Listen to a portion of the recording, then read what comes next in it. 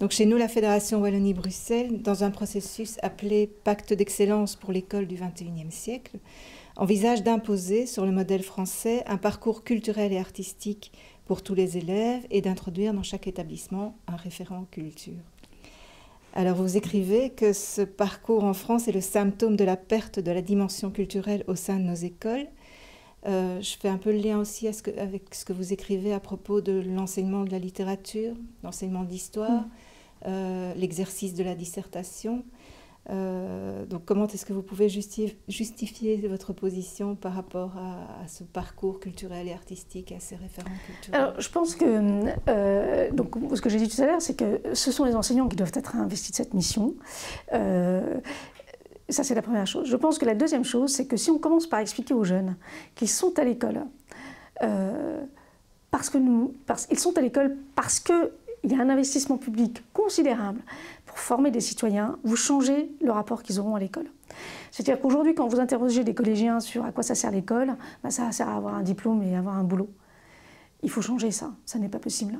Et comme ils sont en grande difficulté, souvent, même avec un diplôme sur le marché du travail, on a globalement décrédibilisé le fait que le diplôme permet d'accéder à l'emploi. Donc ils vous lâchent ce discours-là en n'y croyant même pas.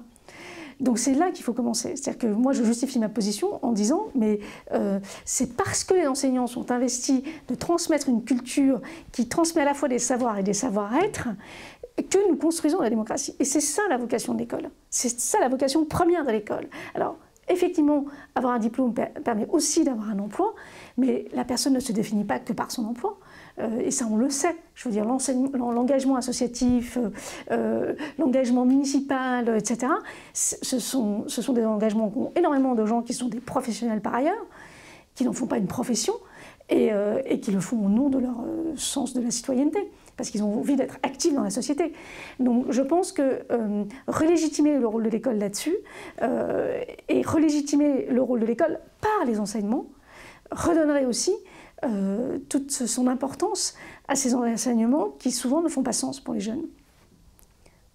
D'où ma position qui est de dire est-ce vraiment justifié de nommer des gens qui sont référents pour ça dans l'établissement? Enfin, quelque part, c'est un contresens. Et qui est le produit, je pense, de d'une génération qui est la nôtre, qui a oublié que la vocation première de l'école, c'était ça. Avec des matières aussi qui ne sont pas directement utiles. Avec des matières qui ne sont pas directement utiles. Et ça, je pense qu'il faut le comprendre.